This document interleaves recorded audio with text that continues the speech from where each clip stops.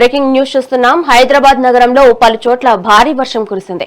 నగరంలోని వివిధ ప్రాంతాల్లో రికార్డు స్థాయిలో వర్షపాతం నమోదైంది.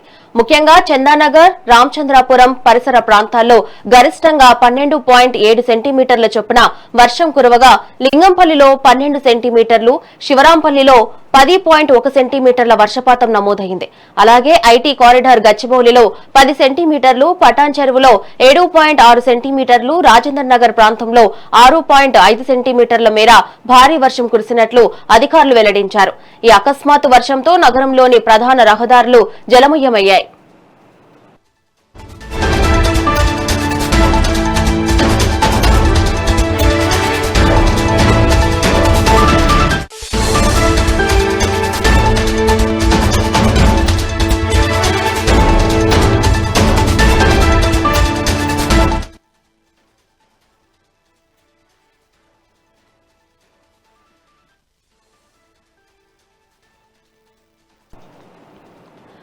బ్రేకింగ్ న్యూస్ చూస్తున్నాం. హైదరాబాద్ నగరంలో పలు చోట్ల భారీ వర్షం కురిసింది.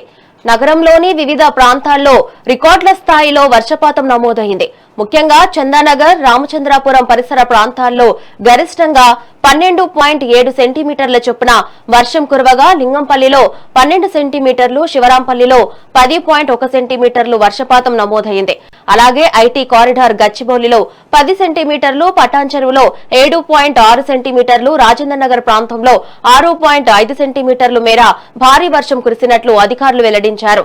ఈ అకస్మాత్తు వర్షంతో నగరంలోని ప్రధాన రహదారులు జలమయమయ్యాయి.